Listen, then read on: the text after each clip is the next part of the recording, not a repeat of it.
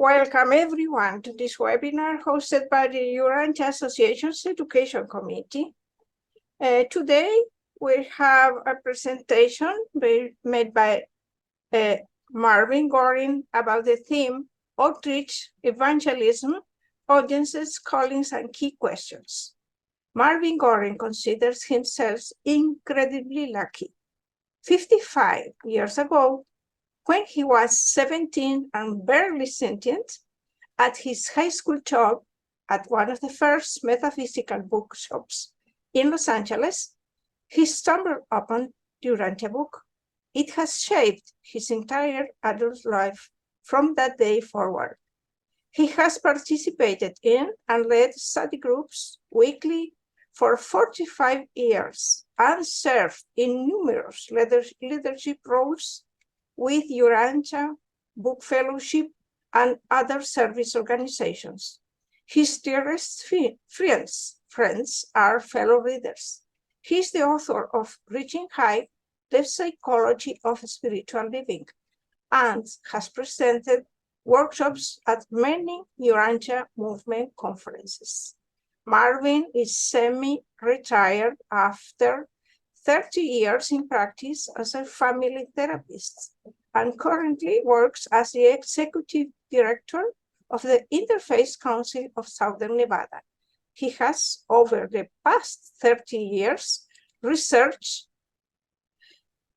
and offered workshops on the socialization of religion material in the Urantia book, and in 1988 completed a 2-year certificate of theological studies from the Graduate Theological Union in the History and Sociology of Religion. Marvin is president of the Family of God Fellowship, familyofgodfellowship.org, which is dedicated to helping people live their lives more fully in spiritual family relationships and to spreading Jesus' gospel as expressed in the Urantia book, a thrilling and dynamic way of life in the family of God. Most importantly, Marvin and his lovely and wise wife, Francois, continue to enjoy the remarkable experience of serving as parents of 2 amazing young women, their husbands, and 2 beloved grandchildren. Such a life on such a planet. And with that, I welcome Marvin. Thank you very much. Go ahead, please. Well, thank you, Jeannie, and thank you, all of you, really, for taking the time and what I know are busy lives at a busy season to come together, to enjoy each other's company and to inspire each other and encourage each other in this endeavor of not only benefiting from the gifts that God has given all of us, but looking at the folks around us who are struggling and finding a place to be motivated and active, to reach out, to touch people, to share the essence of the spiritual truths of the Urantia book with them so that they might enjoy the gifts, the benefits that we've enjoyed, sharing it around. So thank you for coming together here this afternoon. We're going to get started here. We're going to take a moment of worship, but I want to ask all of you, please, to get yourself some paper and something to write with, a pen or pencil, because we're going to take 3 breaks. After I share some thoughts, we'll take a break and then share some more, take a break, where we'll be doing some brainstorming and then having some conversations together. Periods of conversation together, which I'll do my best to do that. By the way, if you look down at the bottom of your screen, on most of your screens, you'll see reactions. If you press reactions, you'll see raise hand. So at the point we have conversation, please use that method. It'll just be easier since we have multiple pages of people here. It'll be easier to see who wants to speak. So yeah, please get something to write with and something to write on. And if you want to take some notes, you can do that, but I'm going to send this entire presentation to any of you that want it. So you don't have to take notes. Don't feel like you have to occupy yourself with that. And in fact, I just put my email address in the chat box. Very easy to remember, first initial, last name, mgawryn@gmail.com. So I'm glad to send a copy of this to anyone that emails me. And I'll send it to Jeannie as well. If you forget that, you can always reach out to her. So we're going to start off with a few moments of quiet worship. We can do nothing on our own. We are yeah, you want to mute. Can everyone mute, please? Because we're hearing some noise interference. So we can do nothing in isolation. We, in our very nature, are created by our spiritual parent, God the Father, our persons, our personality.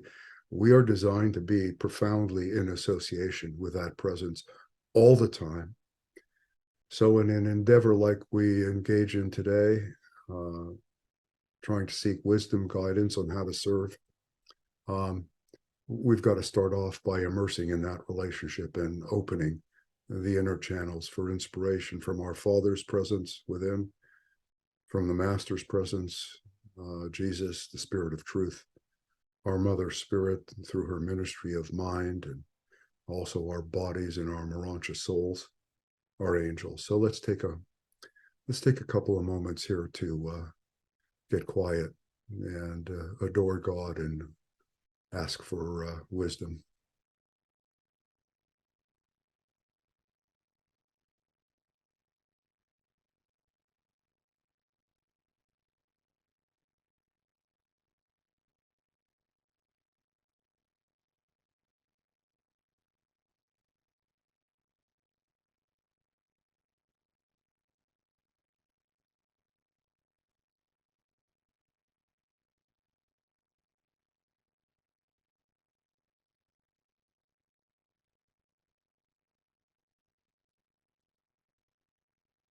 Thank you, Father.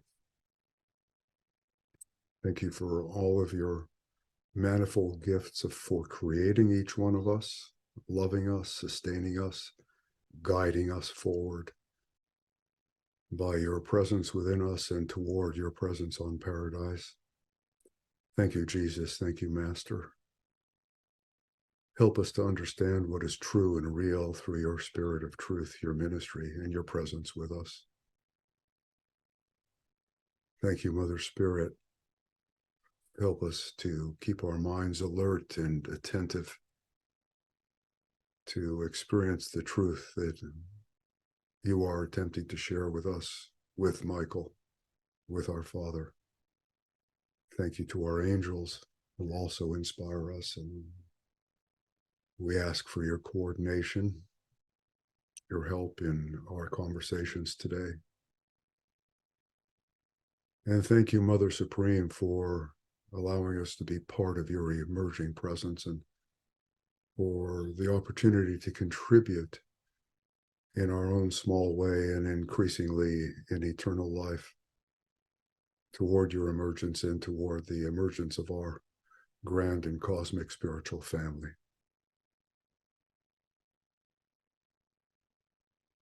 Amen.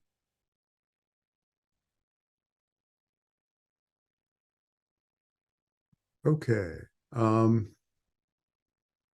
Some preliminary thoughts. In the email that got sent out, we read Rodin's words that if something has become a religion in your experience, it's self-evident that you already have become an active evangel of that religion, since you deem the supreme concept of your religion as being worthy of the worship of all mankind, all universe intelligences. And he goes on to say, if you're not a positive and missionary evangel of your religion, you are self-deceived. It's pretty intense language, in that what you call a religion is only a traditional belief or a mere system of intellectual philosophy. And it made me think of a related short passage in paper 195.83. For 300 years, Western thinking has been progressively secularized. Religion has become more and more a nominal influence, largely a ritualistic exercise. Majority of professed Christians of Western civilization are unwittingly actual secularists. That's a pretty striking statement. So what are they meaning by that? And I would say it's true for the practitioners of most religions, not just Christianity, that really they're functioning in a secular manner largely in their lives. And I think the import is that if we take the spiritual life seriously, it becomes the front and center experience in our daily lives. It becomes the driving force in our day-to-day living. It's what our lives really become all about in a variety of ways. And I think what they're saying is that very few professed religionists have made it the central function in their day-to-day lives. It remains peripheral for many people. It's a box they check. Not all, by a long shot, but for many. And the revelators tell us, this is 101.8.1, faith shapes and dominates the mode of living. So it's serious business, right? It shapes the way we function if we're taking it seriously. And a key element in that shaping of the mode of living is what we're going to talk about today, is this urge to reach out, to evangelize, to share the gifts that we have been so generously given by the Father and all the Fathers, Father, the Son, and the Spirit, and all the celestial agencies that they have created. So if we take our spiritual life seriously, this tendency to reach out and share the gifts becomes also centrally important to us. And sometimes I like to think of it, it's almost like an itch that you have to scratch. It starts off small, and if you're really living spiritually, I think inevitably you start to deal with questions of how do I share this bounty that I've been blessed with. So I want to begin by we're going to talk about three areas here. One is a calling, one is audiences, and the other is how do we conceptualize the gospel. So the first one we're going to talk about is this sense of calling or leading. That's very subtle. And I think it's very critical in our relationship with God. And then we'll open it up into discussion. So each of these three segments, I'm going to share some thoughts, and then I'll put some stuff up on the screen for us to consider. We'll jot some notes, and then we'll open to conversation. But before we do that, I want to clarify something for purposes of this discussion.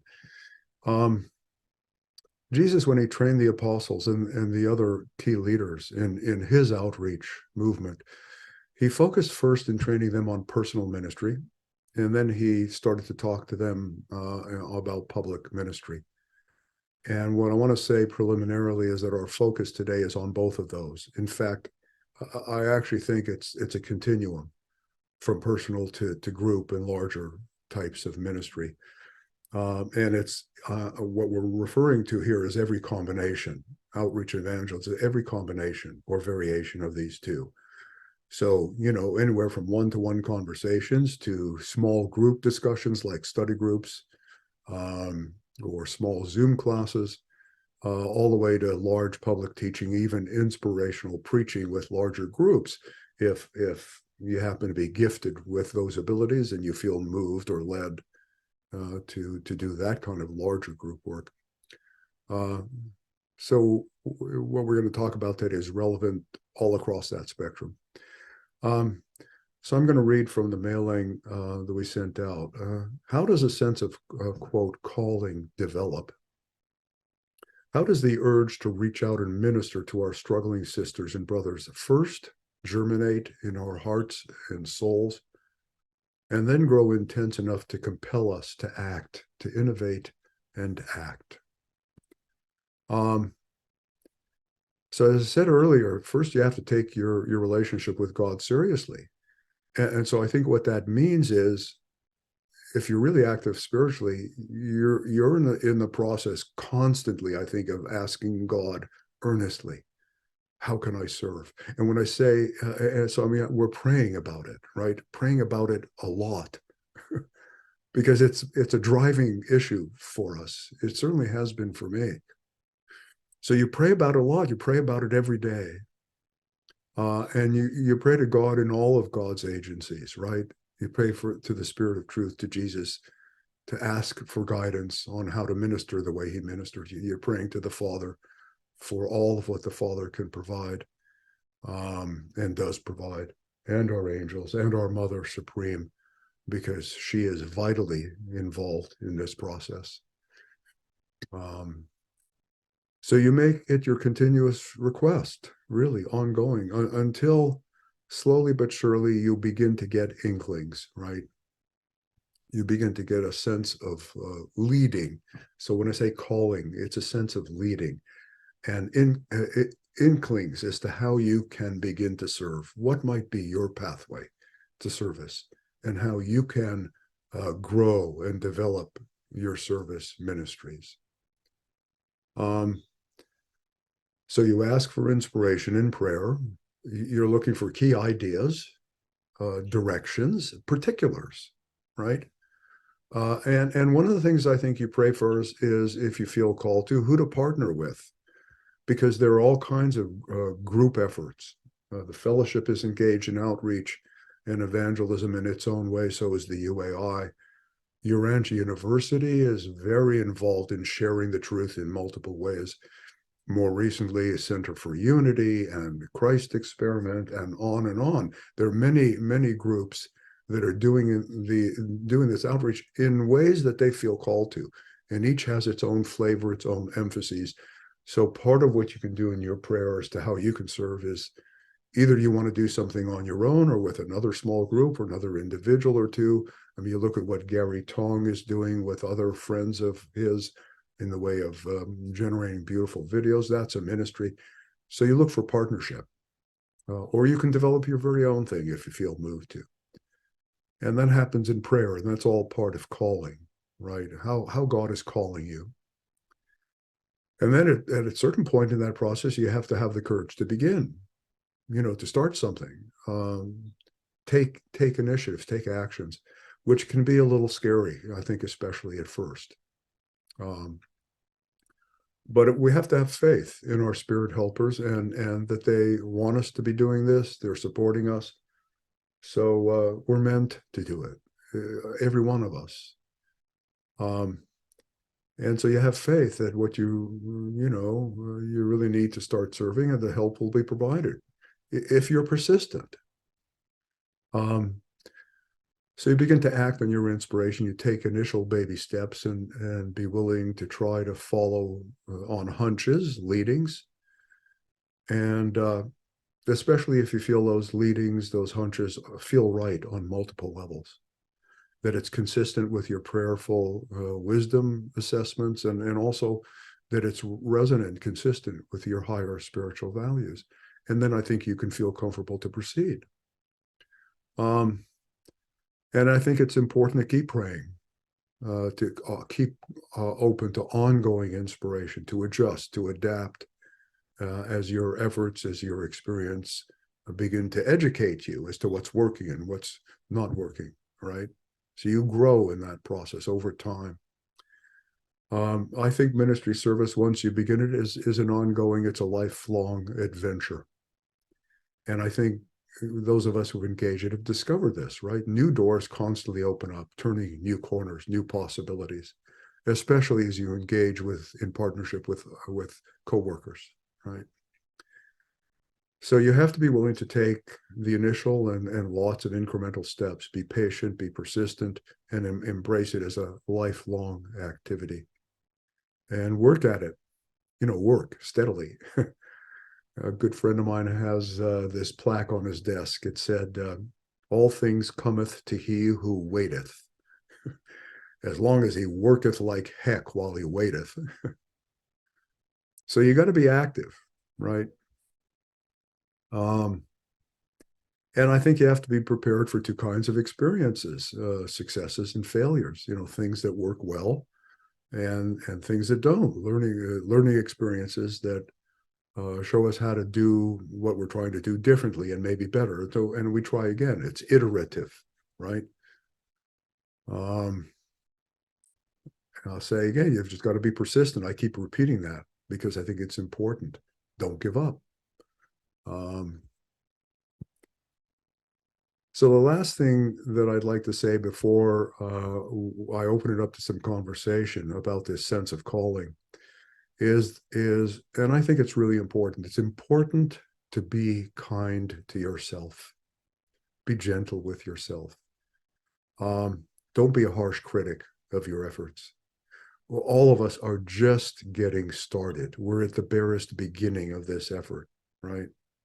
This is we're just getting started on this incredibly long, eternal journey that God has prepared for us. And part of that is finding and developing pathways of service with God's help. It's a big part of that journey, all the way up to paradise. Outreach, sharing, support, service. And we are just fledgling. We're just embryonic. We're just getting started in that effort. So it's very important for us to be patient with ourselves, to be kind to ourselves as we get started on this service journey. Okay, so let me make a couple adjustments here on my screen. And I'm going to try to share screen here and put something up for you all to look at. No, that's not right. Let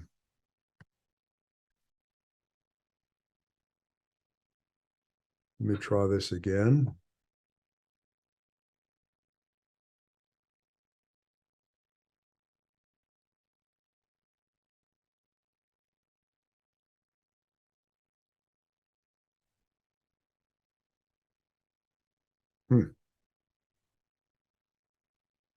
Oh, can you see this now? Okay, yeah. So I had to bring it up. Got it. So, as I mentioned, I asked you to get pen or pencil, something to write with.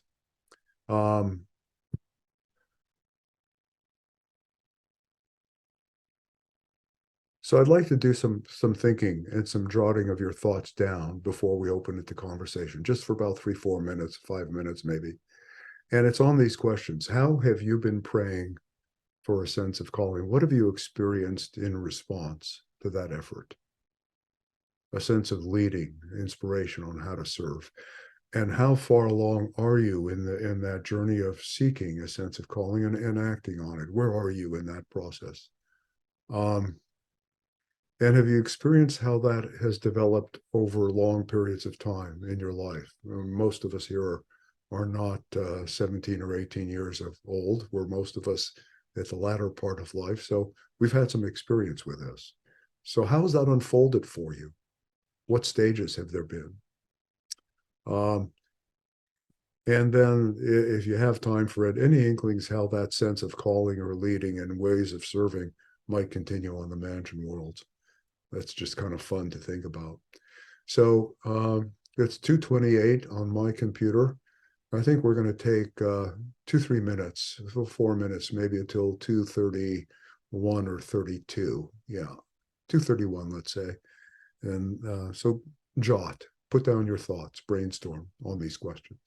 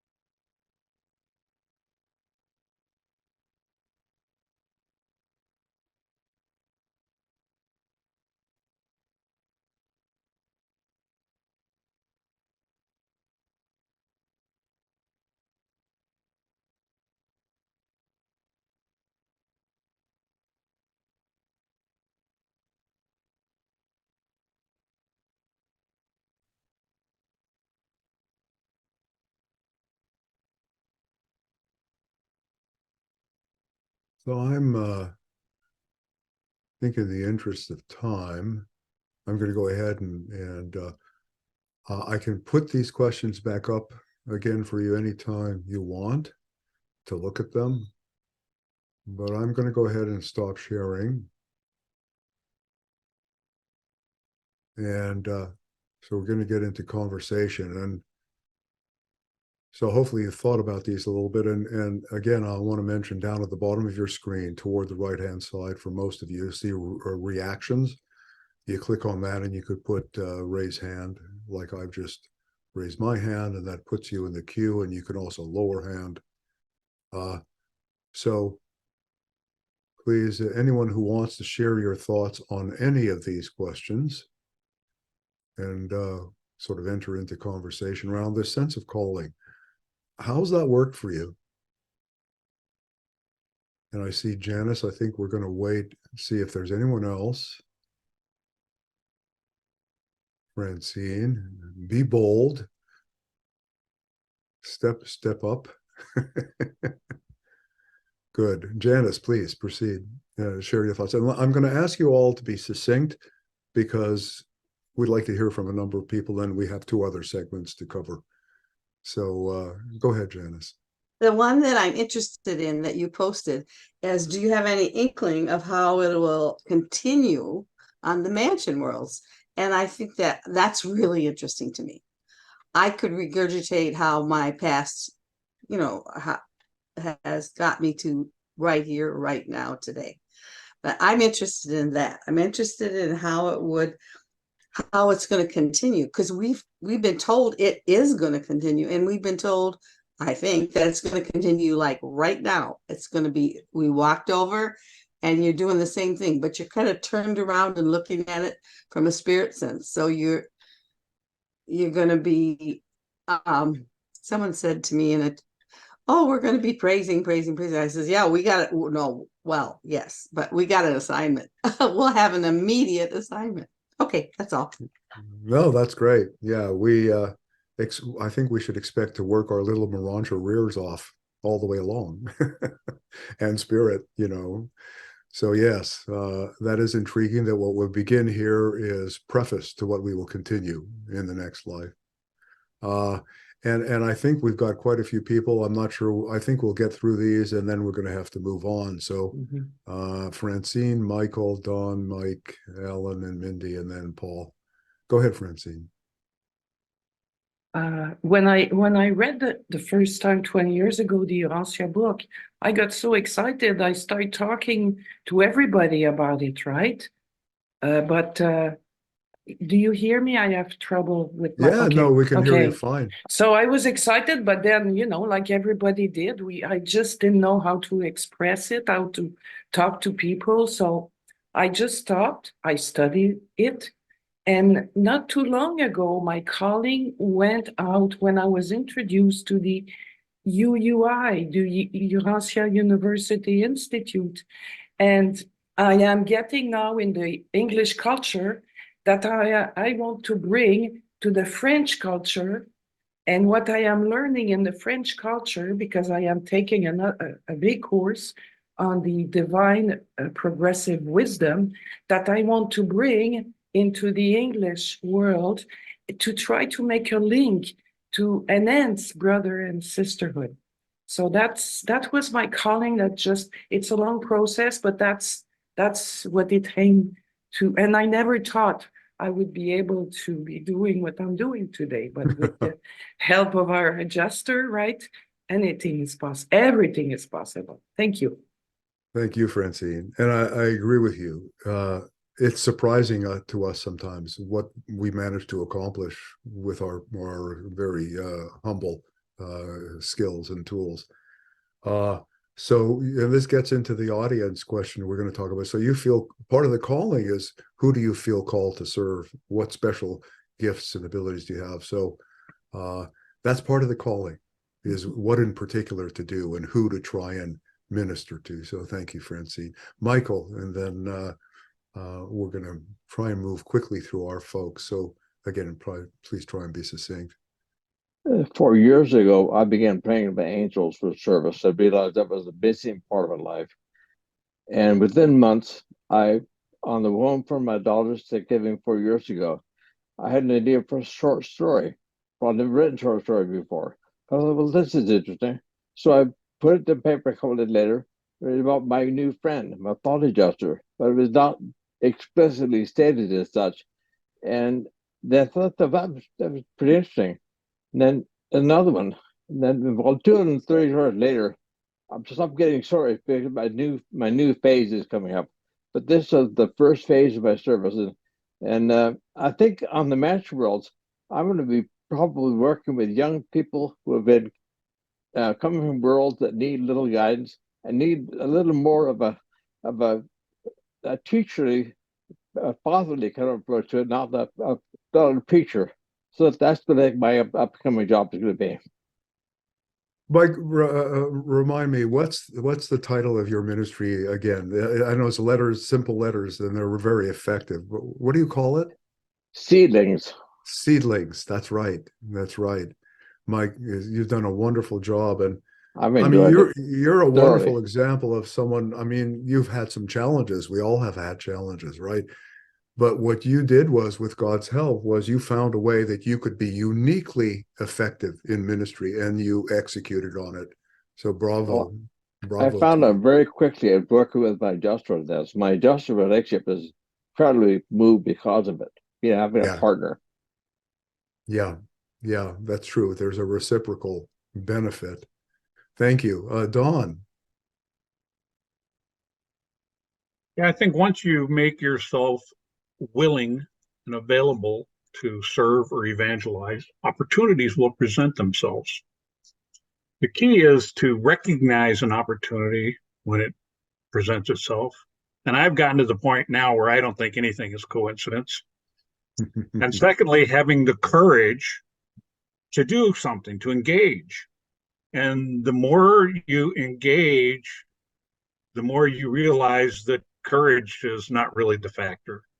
It becomes so much easier as you do it more often. That's great, Dawn. Yeah. But I think it's like laws of momentum and inertia. The hardest is to start, but you're right. I mean, it starts to get easier and easier as you pick up momentum with in partnership with God. And you've been doing this a long time, decades, I know. So thank you, Mike, and then Alan and or Mindy. Hi, everybody.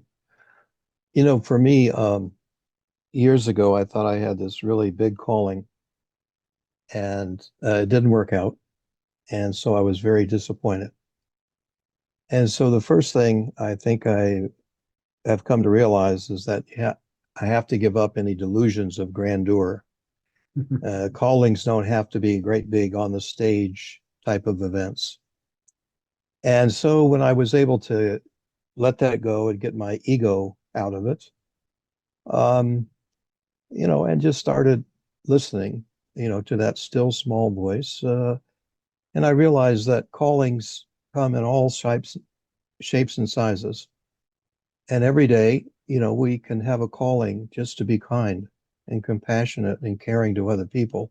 It doesn't have to be some grand thing. And so I just try to listen and answer wherever that comes from, and not judge it and not think it's not important enough, and try to get rid of all of that kind of baggage about it. Great, thank you. Yeah, the judgment is really deleterious. It's counterproductive. There's no such thing as an insignificant way to serve. That's really, thanks for reminding us, Mike. Alan and or Mindy. Hi, Mindy here, and I have been praying regularly for God's guidance in whatever the next chapter of my life may be.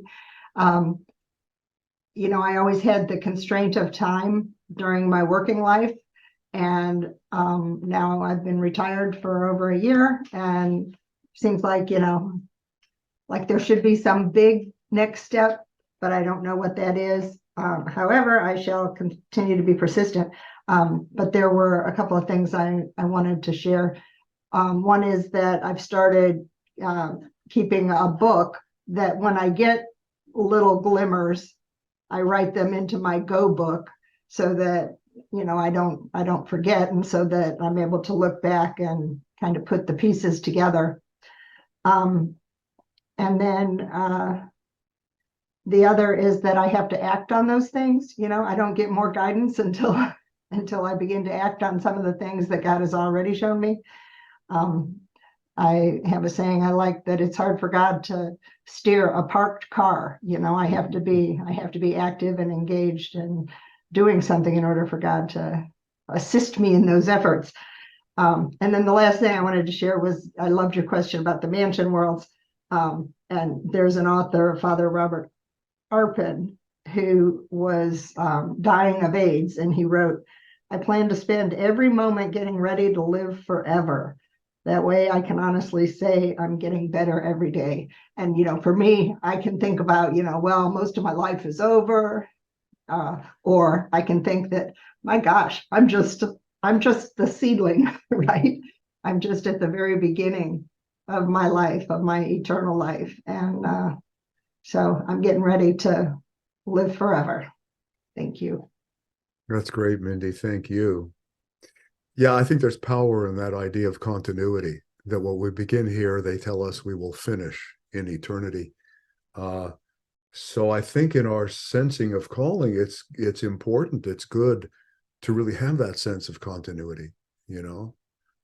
So yeah, thank you for reminding us. And I love your idea of jotting things down and sort of keeping track and maintaining momentum. Alden, and then am I pronouncing it correctly with Jimmer, or is it Himmer? Yeah, okay. Alden, and then Conrad. And then we'll go back to our next segment, I think. Go Okay, ahead, very Alden. happy to be. Oh, yes, No, go very ahead. happy to be here. Thank you, Marvin, for putting this on.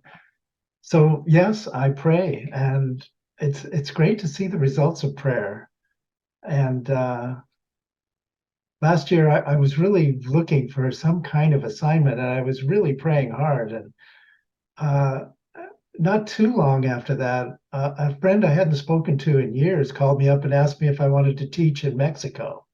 And he had a spiritual community down there, and so he asked me to take his place because he wanted to take a sabbatical for a couple months. So my wife and I went down there for 2 months. And well, it isn't so much what I did, but it's just the idea that prayer really does get answered.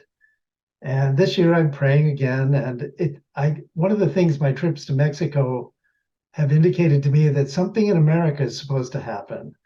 So anyway, maybe something Richard Rosen inspired me to do is get involved with libraries and start a group in the local libraries. And so my wife and I we're going to take a shot at that in the next few months. And we've already started talking to the administrations of the libraries.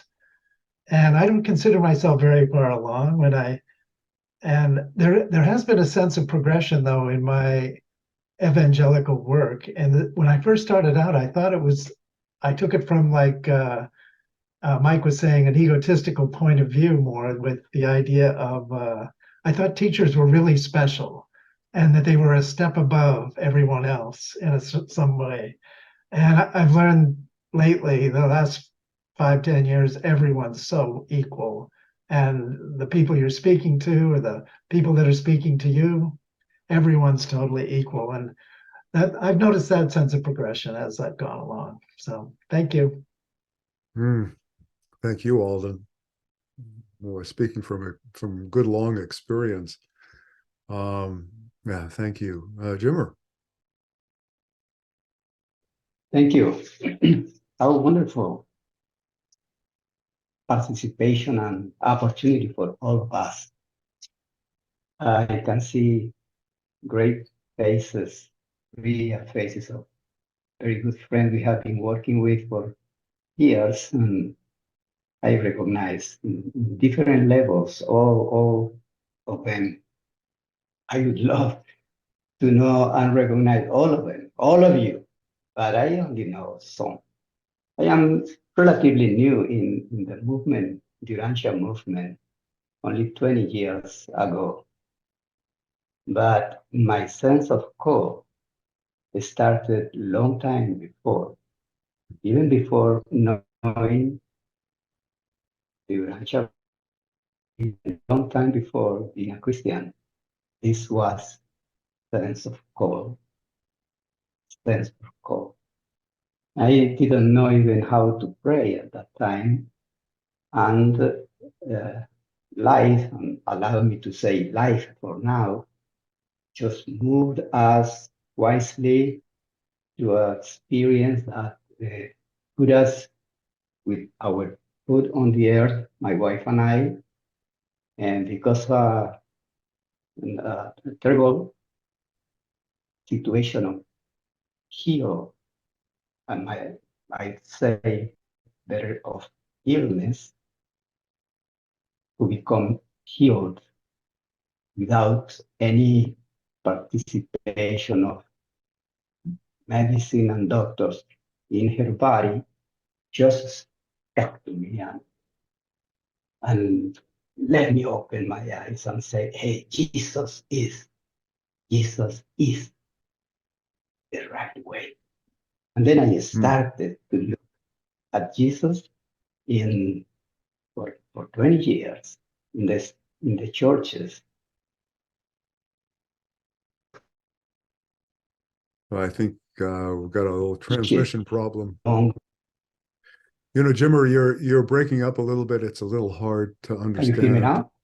Yeah, yeah.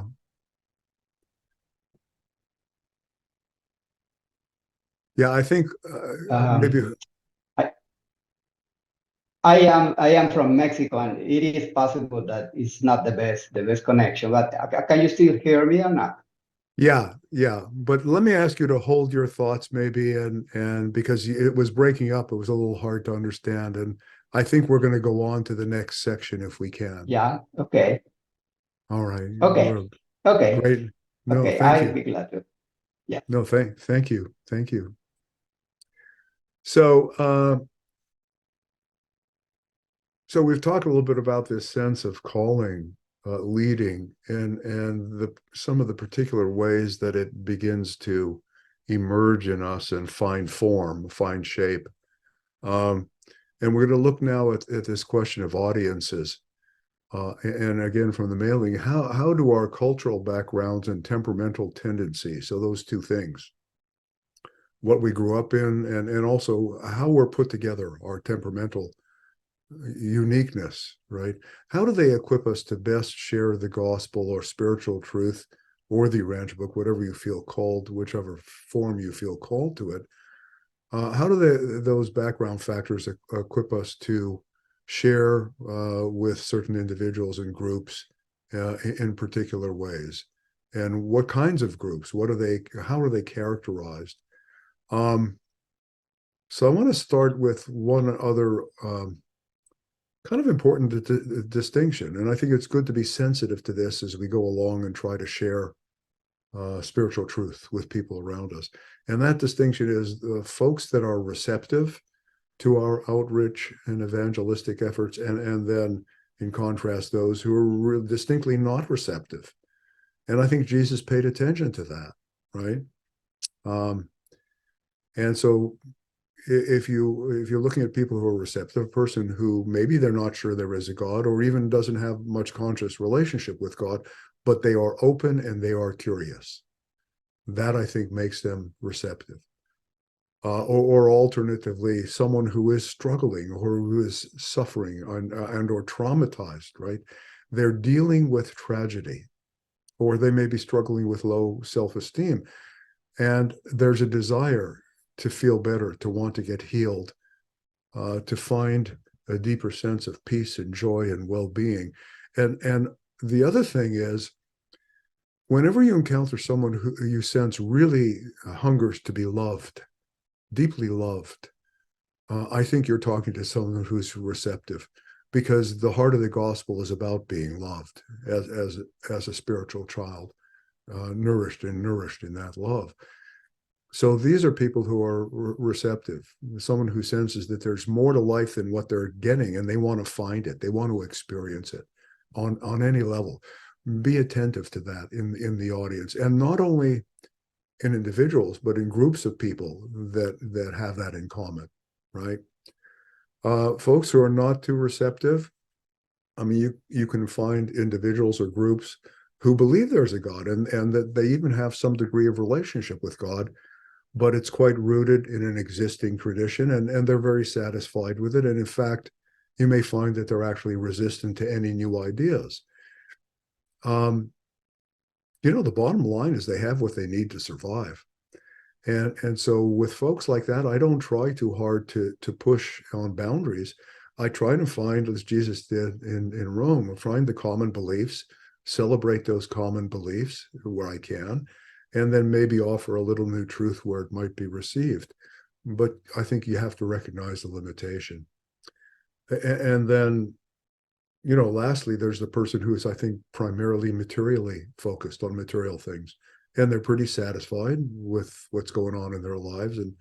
And they just don't seem to have any interest in spiritual things and spiritual life. They may even be hostile to it.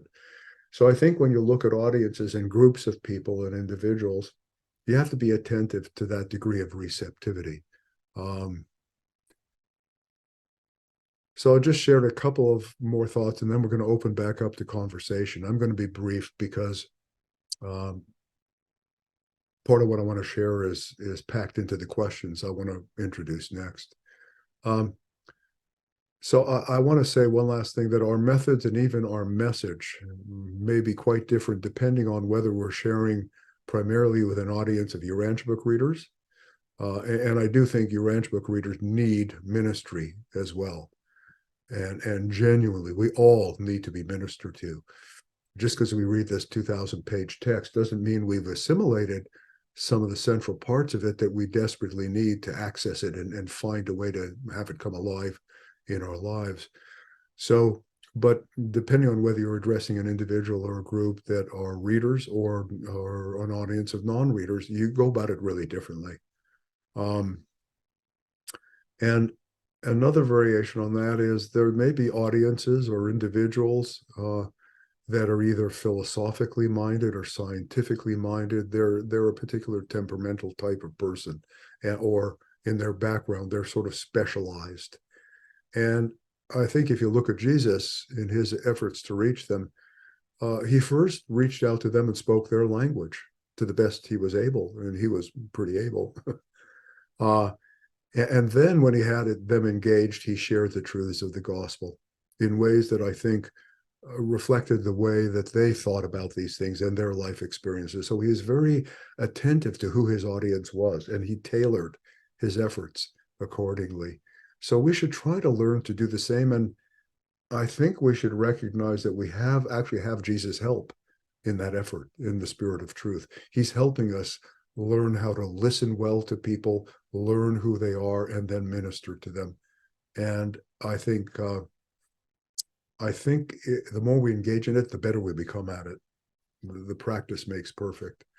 So I'm going to go ahead and open again to conversation, and I'm going to, let's see, share screen again around this set of questions of audiences. Can you all see that okay? Someone give me a nod. Okay, great.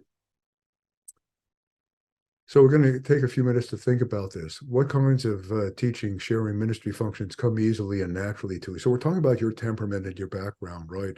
And how that equips you to reach certain audiences.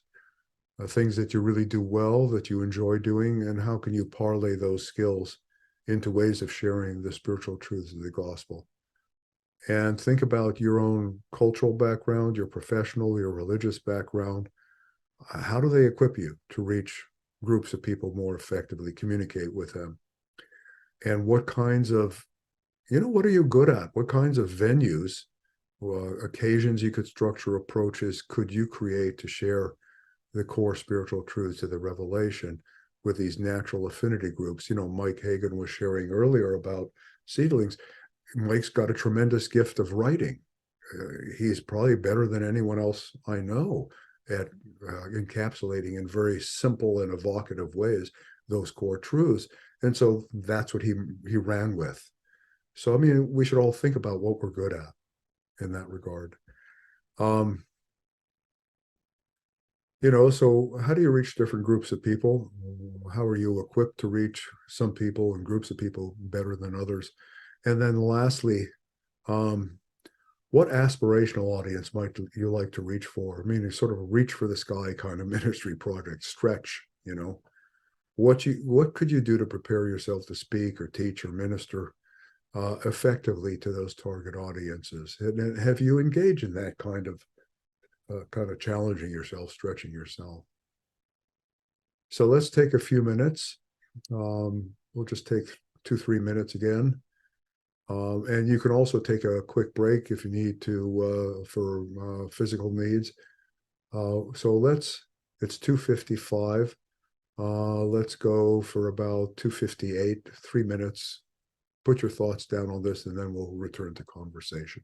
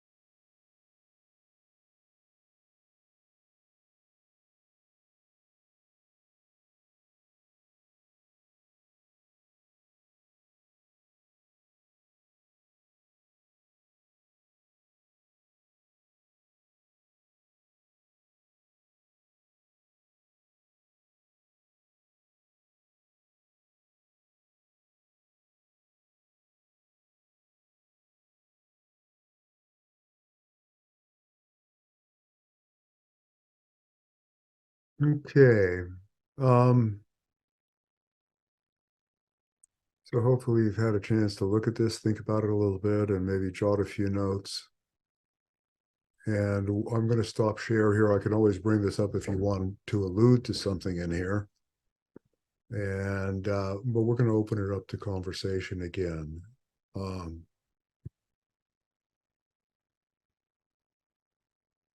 So, you know, one of the challenges, I'm trying to share an awful lot with you to think about. And so we're already an hour in, we've got another half hour, and I have another segment that I really want to focus on, which is how we conceptualize the gospel, to both live it and communicate it. So we're just going to take a few comments and conversation. This is more to get you started thinking about all these things if you haven't. I'm sure many of you already have. And it's a step along the continuing journey of how to serve, how to reach out and share truth. So we're going to go with Rob, Sherry, Baxter, and Teresa. And then unless someone is really burning to share something in particular, we'll go on to our last segment. Go ahead, Rob. How are you, brother? Well, yourself? Doing great. It's delightful to see you here. Good to hear that. Yeah. I really appreciate that you bring up this idea that we need to actively participate in how we want to pass on our message of the kingdom of God. Many of us here have gone through the Christ experiment. One of the things that they teach is that, and they're all ministers, they all start with ministerial backgrounds. They teach that we need to, as we look at the people we're coming in contact with, that we need to recognize where they are in their spiritual progression. You had spoken about that, but you can, as you recognize that some people are non-believing brothers, others are believing brothers, some are faith brothers, some are morantial believers, and some have high spiritual concepts. As you tailor your response to them, actively understand what you're doing, you give them better benefit. One of the things I really like is a little discussion they have in paper 180 that talks about that as we interact with our brothers, they should leave us with the highest spiritual benefit that we can possibly give to them. So we're carrying within our interactions with all people that idea that the love of God within us will reach out to the Spirit of God within them always, every time, for the purpose of elevating their spiritual consciousness. That's a way of creating this consciousness of God within ourselves and certainly spreading it to our brothers. Thank you, Rob. Yeah, I really like your emphasis, really being attentive to who we're talking to. I love Jesus' passage, give the milk of truth to those who are babes in spiritual perception. Give people truth in forms that they can assimilate and really integrate. And that means you got to get to know them a little bit in order to do that effectively. So that's a big piece of this. Sherry. Thank you. Hi. Hi. Hi, everyone. Yes, and one thing that I pray for, and we can all pray for, is to ask for God to bring us the people that we are most skilled or, that we are most able to connect with. And yes, listening, discerning who that person is in front of us or who that group is we're speaking to is vital. But I also pray for God to bring me the people that I can maybe actually affect rather than someone that's, that I'm not prepared to work with. So that's a great prayer and it works. But I really appreciate you asking us to think about this because a lot of things just came into focus for me. I feel like one of the gifts that I have that I've cultivated for many years, and that's part of my temperament, is enthusiasm. And I don't just mean, a Tony Robbins rah-rah sis boom bah take on the Urantia book, but a lot of people are despairing. A lot of people feel so despairing. And if I can bring an appropriate degree of lightness, of enthusiasm about life itself or about raising self-esteem, I think that's one of the things I'm called to do, either one-on-one or with groups. I also like to offer people possibilities. And the third thing that became very clear in writing this down was I love to offer people practical tools to either begin or deepen their inner life.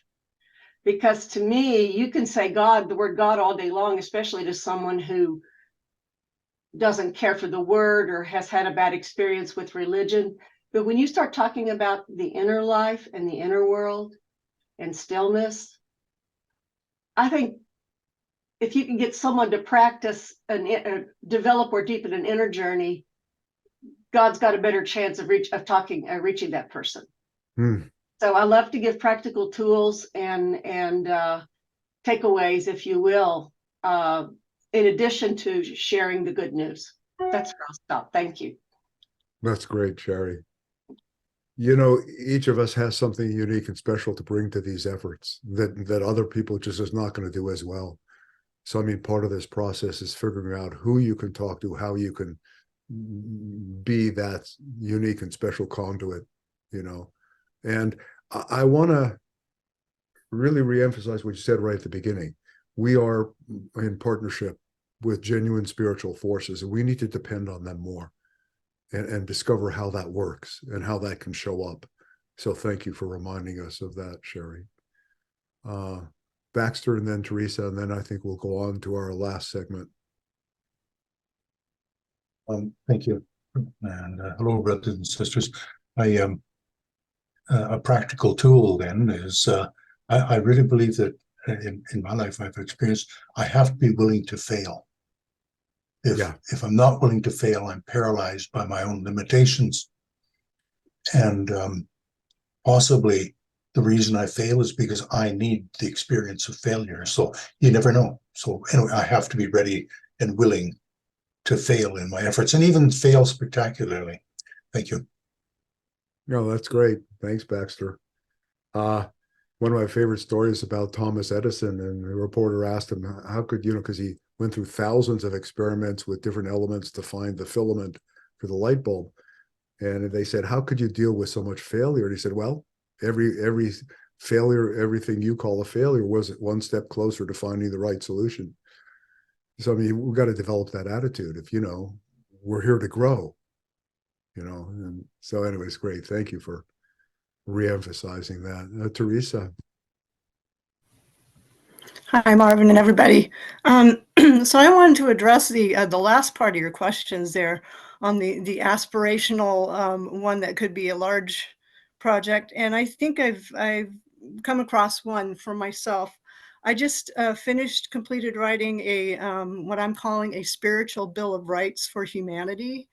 It's cool. A 13-page document based on the religion papers and also some other secondary works. I see Neil Waldrop is here, but part of what I found inspirational was the Global Endeavor podcast that you guys did on institutional religion to personal religion some years back on Cosmic Citizen. Anyway, so I've done this, and I'm planning on putting a website up about it, and I'm looking in terms of audiences. Who I really want to reach are progressive religious and spiritual leaders, particularly people who would be involved like in the interfaith movement, as well as secondarily folks who have been hurt by religion, or what therapists are now labeling today religious trauma. Yeah. And so I'm actually just finishing up a training program to become a spiritual director. And my intention is to offer special outreach to those folks. So I just wanted to put that out there. I would actually love to email you a copy of this, and I would love to get some feedback on it from experienced Urantia book teachers to kind of help me, guide me in this project. But so there it is. Well, I would love to receive anything you want to share, Teresa. And it sounds like a great idea.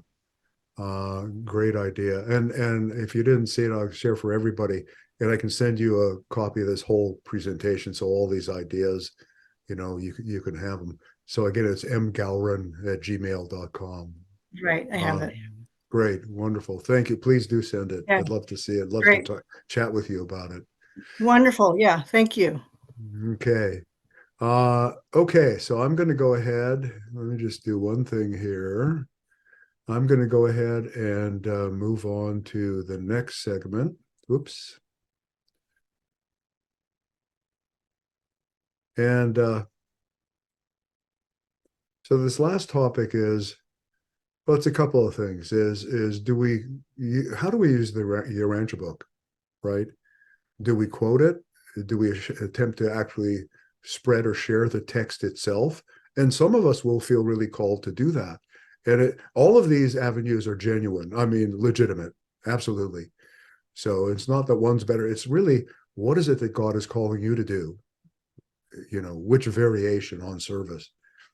Or do we simply focus on the key truths of the book in our attempts to evangelize and minister, right? Or do we work with a combination, a hybrid of those two approaches, where we use passages sparingly, or we even change or adapt them and utilize them, but primarily speak in our own creative ways? So, and that's one question. How do we use the text? The second question in this last segment is, how do we conceptualize the essence of the gospel? And there are two purposes for that. One is so that we can put it to work in our own lives for our own growth and transformation. How do we hold the gospel? What are the words we use? How do we remind ourselves of those key elements and keep them front and center for ourselves? And also related to that is, what's the language we use, the words and the phrases to share it with other people? So what I want to do in this last segment is I'm going to share with you, I mean, I've been engaged in this effort in lots of research in the book and the evolutionary traditions, efforts to conceptualize and express the gospel, because that's my passion, right? So I'd like to share with you my way of doing that, at least part of it, and talk a little bit about that. And then we're going to open up to how do you hold the gospel?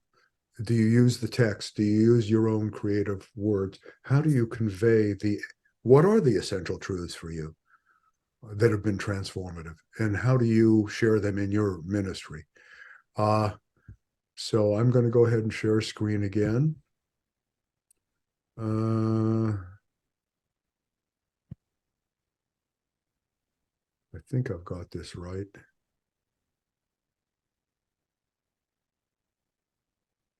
Can you all see that? Oh. Right? So one of the things they say is that a religious spiritual culture, it's got to be systemic, right? It's got to hang together in the right configuration. And one of the things they say about that spiritual symbolic culture in section 87.7, they say it will not function if it's too complex. It's a combination of systemic phrases, words, ways of connoting meaning, right, that are evocative, that move people, that move us, right, that are motivating.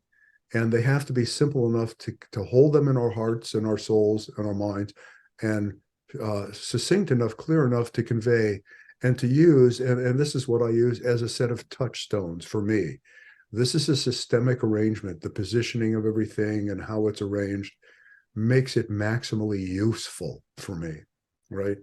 So the essence of the gospel for me is a way of life and a set of living spiritual family relationships with God and with each other as parent and child and sister and brother. So the two central, and so it's a way of life in the family of God is my way of holding it in my mind and heart. And I'll refer to it as the family way as a short form, right? Like the Eightfold Path or the way of heaven for Lao Tse, right? It's a short form of saying, this is for me the heart of it. It's the family way. And the elements, the 7 elements, to me, the core truths of the gospel, these two are preeminent, right? Because what God did in beginning and promoting the creation, the first thing God did was to become a family, to become the father of an eternal mother, son, and they together became the co-creators of the infinite spirit. And so you had the sister-brother relationships, and along with the parent-child relationships. It wasn't let there be light. It was let there be family.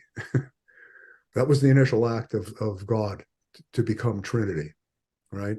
And then the entire model of creation after that is familial. So it's the parent-child relationship, the sister-brother relationships, and I spend time drilling down into each of these. The intimacy of these family relationships, the indwelling spirit, right, that God is inside of us. And that's not far away and theoretical. This is inside of us, right? Yeah. And then you want to mute, by the way. You might not realize we're hearing you, but then the will of God, right? So that's central to Jesus' conception and communication of the gospel. There's an order, there's a pattern, there's a structure to things, and God has desires for us, wants things for us, wants us, our welfare and our growth toward his presence, and wants more intimate relationship with us. All that is assumed within the sense of what God wants for us and how we bring that into what we want for ourselves. And people are hungry for a sense of orderliness and structure, but something that is really affectionate, right? So love is central to all of this. Love between us and God and for each other. And it's the central motivating power in the universe as it functions. And then I think inescapably important is the conception of eternal life in the gospel, that what we are beginning down here will never end, that these relationships are eternal and unfolding. There's something so satisfying about being part of a spiritual family that will not end, that will keep on growing and emerging.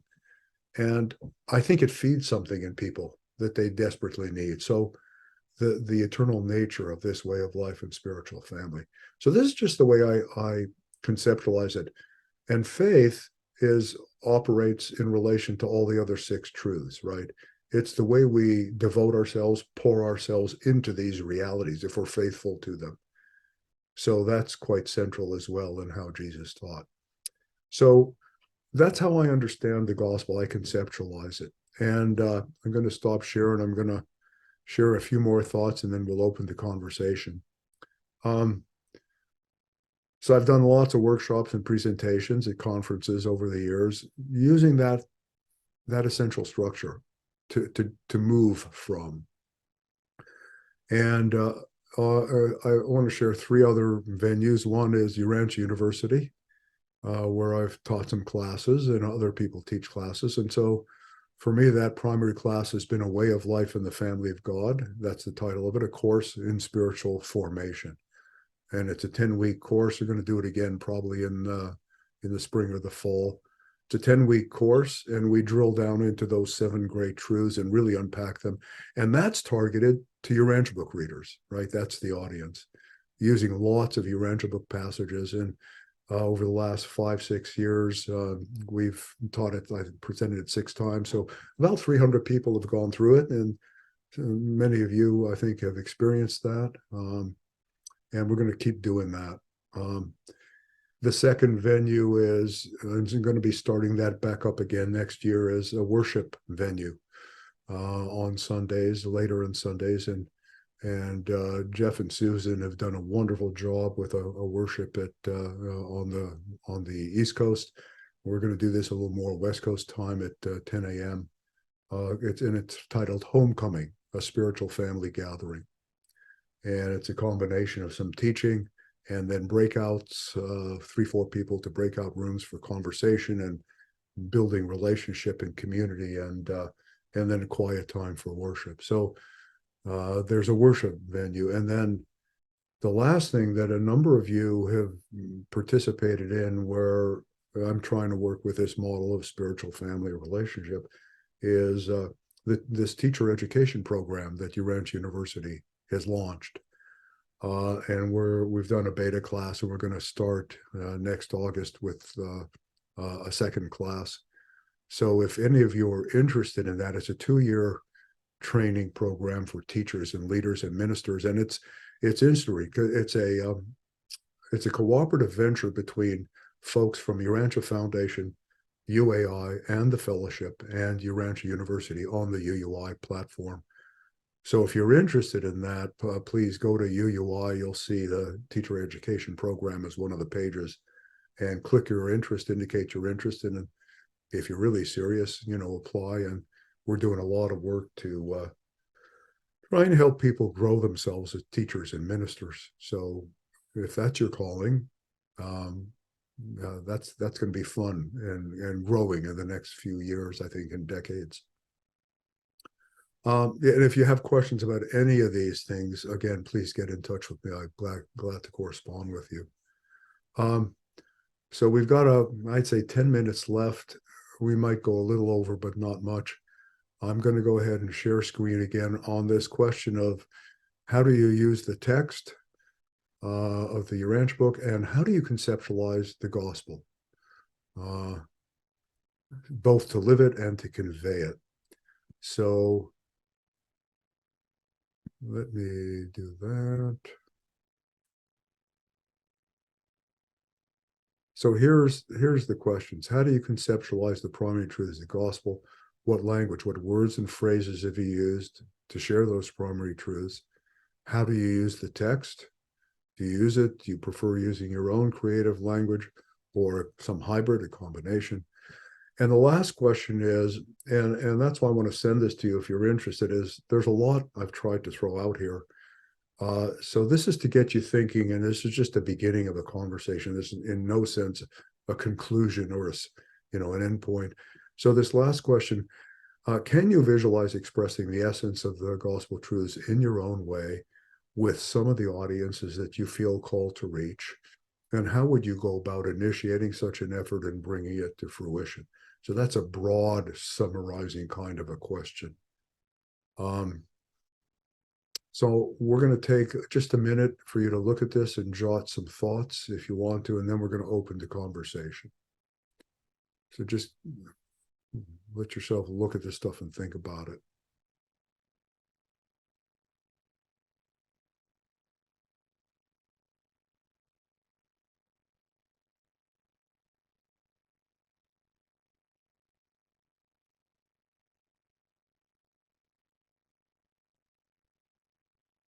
Because our time is brief, I can bring this up and we can look at it again if you need to, but I'm going to stop sharing. And again, I can send all this to you so you can think about it more fully.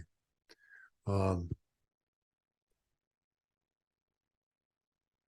again, the essence is, how do you conceptualize the gospel? How do you convey it? And how do you use the text of the book or not in your efforts with audiences you feel called to? So we've got quite a few people. First of all, welcome to Jisoo, all the way from South Korea. It's wonderful to see, at least see your square here, Jisoo. I haven't seen you for a while. So we're going to go to either Mindy or Alan, and then I've got Carol, Janice, Kurt, Vincent, Paul, and Jisoo, and then Monica. So we may go over a little while. Go ahead, Mindy or Alan. Got to unmute. There you go. Hey, yeah, well, just the other day at a study group, we were reading the paper, The Spirit of Truth, and it started out right from the get-go about how when the Spirit of Truth hit them, they ran out and started, telling everybody the wrong thing. Right. They were so wrapped up. Very enthusiastically telling them the wrong thing. They were so wrapped up in the resurrection and everything that they forgot the simplicity of his gospel, which I break down to the fatherhood of God and brotherhood of man. And you more or less said that in what you put up there. Yeah. And because when you use that phrase, you can't really offend anybody. I mean, any religion or anybody. I mean, it's, we're all children of God and we just should love one another. Mm-hmm. Very simple. I mean, like, went over our heads. Well, we need to keep it simple. And that's what I use. I use the fatherhood of God and the brotherhood of man. And I do it through music. Okay, I'm putting an album together now. Cool. And it's funny how some of the songs I write that I'm really trying to convey a message about the environment or something, I really have to work hard on to get it, especially with the lyrics, because I'm not a great lyricist. But I just wrote a song I called it Rejoice. I didn't call it the fatherhood of God and brotherhood of man, but I used that term about 8 times in the song. I didn't want to scare everybody away with the title, so I called it Rejoice. And that's great. And the words came to me like boom, boom, boom, boom, boom. I didn't even have to think about them. They just came to me. And that happens to me sometimes when I'm writing a song And I know when that happens, that's not me writing it. You know, when the lyrics come to me so quickly like that, it's it's not me, because I'm not even thinking. It's just there it is. There it is. You got some spiritual energy going I know there. you got a lot of people, so I'll cut it short. To me, I'm going to keep that philosophy. I'm going to try to go back to the way Jesus taught. His gospel, which was the fatherhood of God and the brotherhood of man. I don't know how many times we see that in the Urantia book, and he told them to go out and spread that. Go spread the fatherhood, the good news of the fatherhood of God and the brotherhood of man. That we're all brothers, we're all children of God. We're all brothers and sisters spiritually, and we need to love one another. Well, Alan, can I ask you, would you send me your song? I will. And thank you. Thank you. I want to go on because we got a lot of people waiting. Yeah, so I'm just saying, and I'm doing it through music. All right. Well, that's a wonderful venue, and I envy your gift. Carol, please go ahead. Well, I completely agree, because the ministry of Jesus is a love ministry. The central message is love, and that's how we do that, is the concept of the fatherhood of God and the brotherhood of man. And Paul wrote, if I speak in the tongues of men or angels, but do not have love, I am only a resounding gong or a clanging cymbal. That's it to me. We don't speak from ourselves. The Urantia book says, let the spirit of truth do its own work. We put ourselves aside when we're in a situation where we have an opportunity to witness, and we let God witness through us through love. And we're all works in progress, and we're all going to be faulty and insert ourselves and then make mistakes and all that kind of stuff, but don't give up, because that's how we learn. Love is a teacher. And Jesus taught love 100%. He lived love. If we don't have that, it doesn't matter what book we read. It doesn't matter what we say, because love comes from our hearts. And that's first. Yeah, 100% agree. 100% agree. That's what makes it all happen. Otherwise, it doesn't happen. So thank you, Carol. Thank you. I'm going to go ahead, Janice, I'm going to go ahead and go with folks who haven't had a chance to share yet, because a number of them have. Kurt, and then Vincent, and we'll go on in order. Well, thank you, Marvin, for this. This is, I could have spoken about all the different points you made. I could have put this together, because it's been something that's been on my mind for the last several years. And on how we speak about it, I guess we each have a unique way that we will be able to talk about it, because it's going to be based on our own experience. And that's my thing is the rope. I've found the acronym in the book for the religion of personal experience is the rope. And it's about our connection to God. And it's a way that I found that I can talk to people in a way that, especially people that aren't very religious, that can give them a way to think about their connection with God and connection with others in ways, bringing in the family. It's my connection with God, my connection, God is mother and father, and my connection with the brothers and sisters. So I use, I'll paraphrase the book. I'll come up with my own ideas. I'll quote the book especially if I'm talking with Urantia book readers, sometimes it helps to do that, or specific quotes without maybe even mentioning the book to other people. I don't think the most important thing is that we get people into the book as we teach the concepts in the book, and especially those that are going to help them build their relationship with God. So that's enough for now. Thanks. No, that's great. And I mean, you're a wonderful example in your ministry.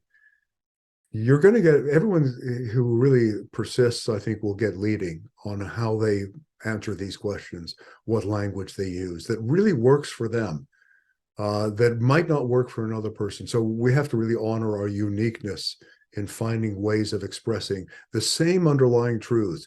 Jesus did that with the apostles. They all taught a similar set of truths, but they all had unique ways of expressing it, unique language that they used that really worked for them. So for me, I do a lot of work in the interfaith venue. I'm very active there with people from lots of different backgrounds and also spiritual seekers who are not traditional. And I find that parent-child, spiritual parent-child relationship is a little bit better than fatherhood of God. I found I lost people when I used the male-dominated language.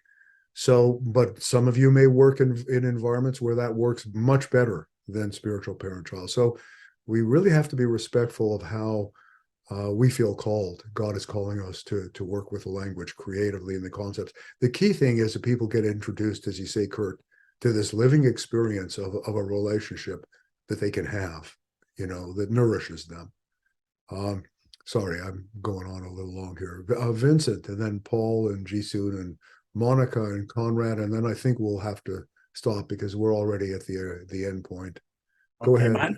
Mine will be brief. I'm Marvin. For those who don't know, Marvin was my Urantia kindergarten teacher. This was some years ago, and Marvin, I'm still enduring. So I want you to know whatever seeds you planted, it's still sprouting. You go, Vincent. But I'm in the community, senior community. We average 1 death per month in this community.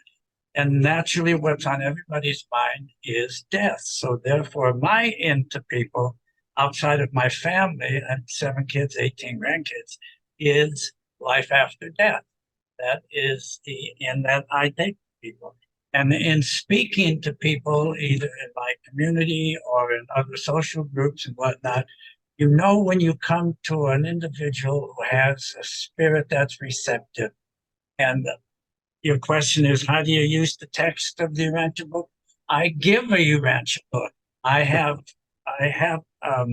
always keep at least 2 of the paperbacks with me. I've given out over a dozen. And all I say is, you might find this interesting. Just read the table of content. And I rationalize any further responsibility. I say, well, I planted the seed. I don't tend the garden. But anyways, that's where I'm at. And that's the degree. I never thought of having a calling. I just always thought that this was the thing to do. So thank you for the label. And that's it. That's great. Thank you, Vincent. And thank you for the great work you're doing. Yeah, that makes perfect sense. You got people who are about to pass on. You want to talk to them about that because they're concerned about it. So that's great. It's great. Thank you. Paul. Yeah, this has actually been chasing me around for a while because I know that I grew up in a church where we did a lot of evangelizing and it got very laborious and turned to arguments. And so I want to stop that. I don't have any interest in that. It's been over 50 years since I did that. So, but I have been really getting pictures of how to explain some of the things that I hear in this book. Some of the things that are very difficult to understand. And when I get those pictures, I think, gosh, I could really help people with that, but I don't really know exactly where to start. This presentation you gave us today is extremely helpful just for helping me see what I've done so far and helping me get some good ideas about what to do. I need to figure out where my audience is, but what I've been noticing is that lately, just to help myself, I've realized that being the loud, funny guy is not really believable. It doesn't create trust in people. And so when I started to become at a job right now where I'm actually gaining more traction with a little more gravitas. And so when that happens, I'm finding that people actually want to listen and talk. So I'm becoming better and more, and I'm learning from this kind of presentation what kind of thing can be done. And I think one thing that's fascinating for me to look at right now in the Urantia book is that the people that grasped it early when it first came out, it was just another book, but it really took their imagination. In other words, they were intuitive. There are other people in the world who don't get grabbed that way. There are people in the world who get grabbed with more technical stuff. And now that it's 70 years has nearly elapsed, there's been some really fascinating scientific papers that have come out that said, hey, look, universe expands and contracts on a 1 billion year cycle, expansion of a billion years and contraction of a billion years. Yeah, guess what? The Urantia book said that before we had any chance of measuring it. So that kind of thing, I feel like I can work into it. But the reality of what you said was, I was listening to the Jesus papers on my long commute into work, and it forces you to really grab a lot of information when you're listening to it orally. And my point I'm getting to is that he always talked to people. In fact, it resounded with me when some of his apostles couldn't reach some people. He said, they asked him, how did you do that? And he said, I listened to what they are wanting, and I heard what they were yearning for, and I built the conversation around that. Yeah. So that's a lot of what I think I'm starting to get led to, just be more calm. And I really do want to get some presentations on video or something that show how some of this stuff numerically statistically is almost provable. Yeah. You know what I would say, I go back to the beginning of the presentation, pray a lot. You can't pray enough about these questions, and then try things out, act on them, foray into it. So yeah, thank you for your thoughts, Paul. Jisoo, and then Monica, Conrad, and Andy. And I want to say we're sort of we're 5 minutes over. Anyone who has to leave, please do. Is that okay, Jeannie, for us to continue a little longer? Yes, Okay. no problem. Great. Jisoo. Hi, Marvin. Hi, Jisoo. Been a while. So it's always great to hear your talk, because I think like the most effective ministry to me so far was people not only talk the truth, but walk the truth, and they behave. And people may fake the words, but people cannot fake their behavior for a long time. If they're faking it, then they gotta fake it really well for a long time, right? So I remember one time in your class, father just don't open my door and say like, hey, I'm your father. They just behave as a father. So I think that's how Jesus was so effective in ministering. As for me, I don't think I have enough of love to do that, but because now I can distinguish between my own ego-driven enthusiasm and some very little pure enthusiasm. I try to just kind of calm down sometimes, because otherwise my evangelism can be so much driven from my own, I don't know, like own desire that came like rooted from my self-aggrandizement kind of a thing. So that's one thing. And the one phrase that I like to use is Jesus sees people, I don't know like exact English word, but sees people like weak, not evil. So that kind of really comforted me. And it often like we fall into the conversation. Oh, you just muted yourself, Jisoo. You just muted yourself. Thank you. Go into the conversation. Go ahead. Yeah, going to the conversation and like they are criticizing themselves or criticizing other people, and me criticizing myself a lot. And the one phrase Jesus sees us very weak, not very evil, right? And that comforted me a lot. And I share that phrase with a lot of people just without, saying a word of, Urantia book or whatnot. But I don't know, like I just love to use the phrase that touched my heart, and I hope that touches their heart too. Good to see you, Yeah. Marvin. Good to Oh, see wonderful. everyone. Wonderful to see you too. And Jisoo and I had a wonderful experience. We did that way of life in the Family of God course in Korean for a group of Korean readers. That was a lot of fun. Yeah, and I think the quote is saw most people as weak rather than wicked, and confused rather than depraved. I'm not sure if I got confused right, but well-intentioned. And the good news for you, Jisoo, unlike most of us here, is you've probably got several more decades to grow in your ministry efforts. We're going to be transitioning. So good for you. You got lots of opportunity. Monica, please, I'd love to hear your thoughts, sister. Hey, so wonderful to be here. And Marvin, thank you so much. You brought out so many cool ways of looking at what I can do, and then listening to everybody. It's been awesome, and I can't wait to see the recording. I want to reinforce some things that I heard that were lovely, and then I'll just finish off with where I am now. Yeah, Jesus had simple language. Why do we need to complicate things? So it's feeling how it is that God feels in you and how you can express that using the vocabulary if we need from the Urantia book, if Spirit is leading me that way with the person, usually on this side of the pond. I have to use universal language like you did in the Family of God, which is very safe language for a lot of people who have difficulty with a father. And I'm talking about men as well as women.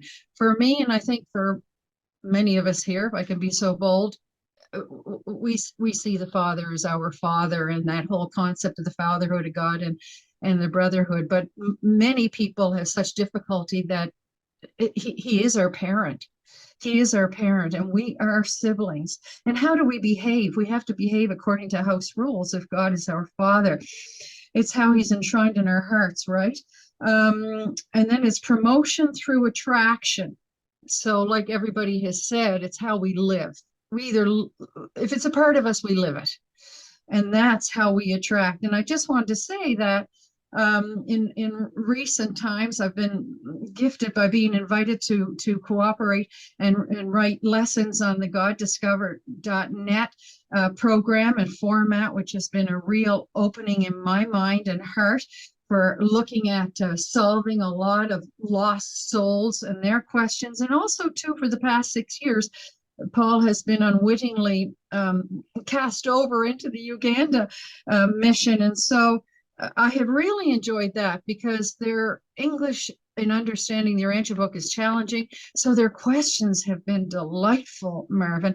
I mean, they're what your average lost soul would ask here, but it's been wonderful on how to simplify what it is that they are really looking for, as opposed to giving them some articulate church response that they have been hearing over there, but it's presenting Jesus in a new light. Sorry about going on. Thank you so much. This is awesome. I'm finished. Well, you're awesome too, Monica, and what you and Paul are doing are awesome. Talk about ministry. And so, I mean, you're great examples, and so many people here of like, there are just so many different ways to do this. And God gets us creative, Yeah, personality. And I just want to say, Marvin, so that he wants me to let everybody know on December 17th, there's an online conference at 9 Eastern. And if you go on spiritualfamily.net, and it's for a lot of them, they really are amazing on what it is they're taking out. And it's only 15-minute presentations, so it's, anyway, thank you for letting me advertise. Yeah, thank you, Monica. Conrad, mon frere, it's been a while. How are you? Yeah, something like 35 years. Something like that. Yeah, right. yeah. Conrad and I were confreres back many, almost a few lifetimes ago. back in Berkeley. Yeah. Well, so far as I'm concerned, what I'm getting at is the formation of small circles based on the learning practice of our Universal Father's Word. And those small circles, when they grow, they split into smaller circles so that it is intended to be a kind of soul of the living proclamation. My language is that of a learning practice because we're learning the will of God. And it's a constant learning process. And there's three fundamental elements that I put there: truth, goodness, and beauty. These are both the filters, but also the sources of inspiration, of deep inspiration. And if we grow along the lines of truth, of goodness and beauty, we're moving towards the doing of our Universal Father's will. And that gives you people some pointers, some anchor, for instance, to develop their living practice of that will. So the thought gesture, I represent as the inner light, just like the Quakers will do. Talking about the inner light is something that people of all religions are open to. And that's a good way to present it, because what I'm doing, those circles, there's two types of circles that I want to develop. Some will be based, will be designed for the Urantia readership, and others based for people who know nothing of the Urantia book and may not be interested in reading the Urantia book, but are ready to grasp those fundamental truths of fatherhood of God and brotherhood of humanity, of all personalities, and having faith on the efficiency of our desires to do God's work. That's another very important component. So those are the circles are without teachers. We're all led by our inner light. And we share the fruit of our spiritual experiences, even though we cannot share a direct spiritual experience. I cannot eat on behalf of somebody else, but I can share a meal with that person. And so each person in those circles will live their own spiritual experience at their level and in accordance with their understanding and their maturity and their situations in life.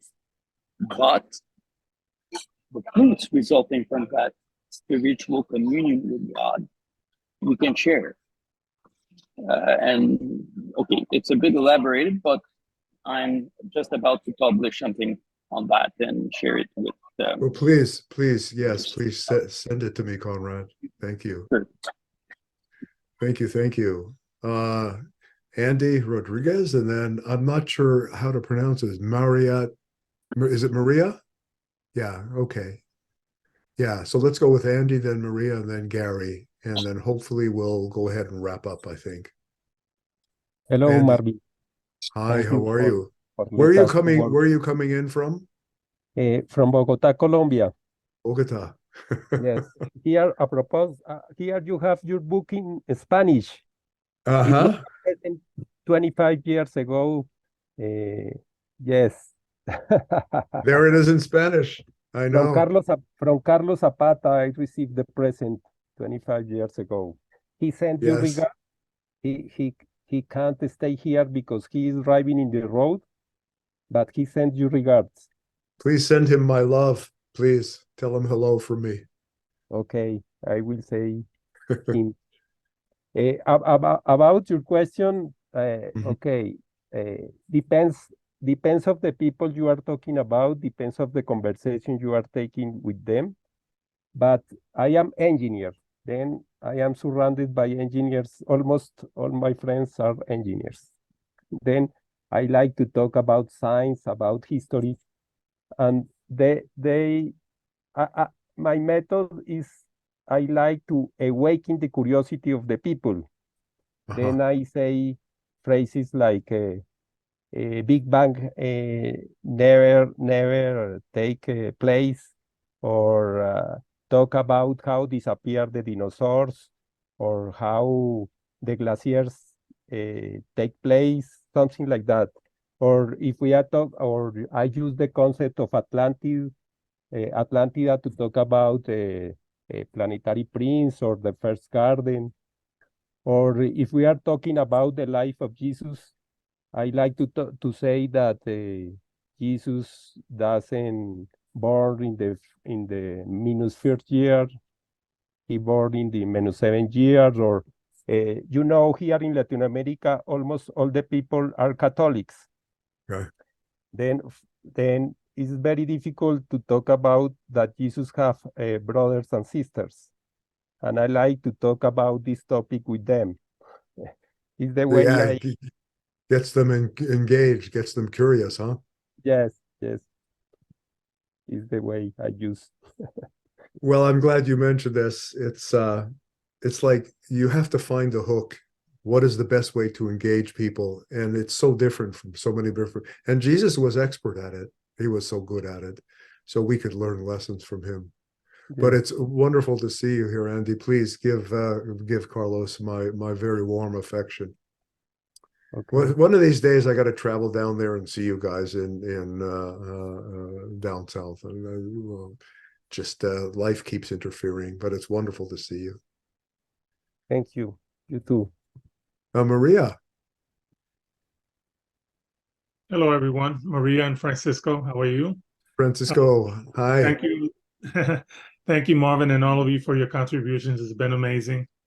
I'll make it short. I just wanted to point out from experience in meeting our secular brothers and sisters in life, I find that I have no challenges at all in referencing and recommending the Urantia material in the subject matter that we may define as secular, whether it be philosophy, sociology, astronomy, evolution, and we can go on and on and on. And I think for that reason that the Urantia material included that material, because it will engage people and then open doors for those that are secular to see the connections to the spiritual hierarchy. That's all. Thank you. I want to say something in response, but Maria, go ahead first, please. Oh, no, just hi. Nothing for me to say. Okay. Yeah, so I think you're 100% right, Francisco. And what Jesus did was he found any which way to engage people in conversation, wherever their interests were, whatever topic they were interested in. But he did it as an avenue to basically, inevitably and always, in one way or another, various and sundry methods they say he used, he always moved to the heart of the gospel and made sure that he conveyed to them that they were beloved children of God, that they could have a personal relationship with God, and that would lead to eternal life beyond this life. So he always did that. No matter how he began the conversation, he always ended it there, I think. So, I mean, but we should become artists the way he was an artist in that endeavor. So, yeah, thank you. Gary, I think this will be our final comment, and then we'll have a little quiet moment for worship, and then we'll bid adieu. Okay, can you hear me, Marvin? Yes, Gary, go ahead. Okay, well, first of all, it's good to meet up with you again. As you know, or many don't know, I work with Neil Waldrop. By the way, I'm from Wales, so if you've got coldness in my voice, okay, because we only have a couple of days of sunshine here every year, and it's very cold out there now. So, and we worked together on a global endeavor project a couple of years ago, Marvin. And I think the last time we actually physically met was in Kansas to come at Mike Wood's wedding. So there you are. If anybody doesn't know who I am, I was the membership, I was the president of the Urantia Association in the United Kingdom from 2004 to 2018, and the membership chair for 10 years, 2 5-year consecutive assignments. We formed the association in Korea and many other places. What I do on a daily basis, I think Alan and Mindy Williams is there. We've known each other since Dudon in France. Is I have a Facebook page, and every day I put out a thoughts to ponder. So that thoughts to ponder today is like December the 2nd. Divine love does not merely forgive wrongs; it absorbs and actually destroys them. And I think if you got this at the beginning of any time of the day, these thoughts, it really does something for you. Not everybody can go out and talk to people. It's a very difficult thing to 2,000 odd pages to get over. My favorite ones is paper 107 to 112. The thought adjust. To me, that is incredible. You know, Gary, your signal, Gary, I your signal, put this out on anybody daily basis. Hey, Gary, your signal is a little poor. Okay, is it okay now? Can you hear me now? Yeah, so far. Okay, all right. So I'll just wrap up on that. I think it's a great get together here today, and hopefully that I'll meet a number of you if you go into the get together in Baltimore with the UAI in 2024. But yeah, keep up the good work, Marvin, and thank you for letting me speak. Thank you. No, thank you, Gary, and thanks for coming in all the way from Wales. And I'm going to be at the conference in Baltimore, so I'll look forward to giving you a hug and catching up with you there. For sure. Hopefully Neil will be there too. It's not far from his home turf. Well, I want to say thank you very much, and let's take a moment to give proper thanks to the source of all truth, all beauty, all goodness, the remarkable gifts of the thought adjusters, the Father's presence within each of us. Let's give thanks and worship for a moment here, and allow God to work with all that we've shared and help us to move forward in the pursuit of His will, His leading for us.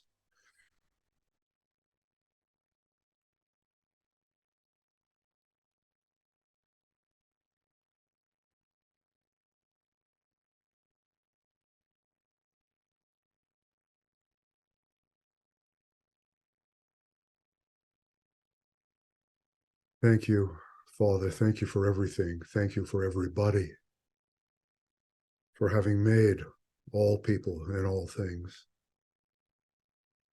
Thank you, Jesus, Master, Christ Michael, and thank you, Mother Spirit, for raising us up as your Urantia children in your local universe home, these remarkable adventures that are waiting for us and that we've begun here in this life, in this world.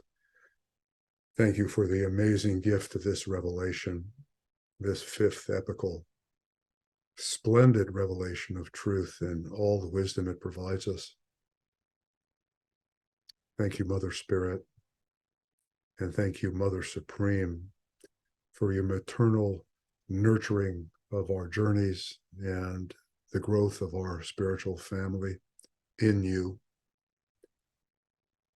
We ask that we might be inspired, helped, led, and that we, above all, act and learn and grow in our efforts to work in partnership with you, to share these remarkable gifts you've given us with those who famish, who struggle, and who are demoralized. Help us to share the light and the love of your presence and share with them glimmers of hope for peace in this life and joy and progress in an eternal existence. We are grateful beyond measure, beyond expression, to be your partners in these efforts. Amen. Well, I just want to say thank you. What a rich Thank you. harvest. Yeah, rich harvest. So I Thank love you all. We'll see each other again the next time we gather, whether it's on Zoom or in person. See many of you in Baltimore and also the Fellowships Conference in Unity Village later in the summer. And onward we go. So lots of love to you all. Thank you. Thank you, Marvin. Thank you, Marvin. Thank you, everyone. Thank you. Bless Thank you you, all. everyone. Thank you. Thank you. Thank you.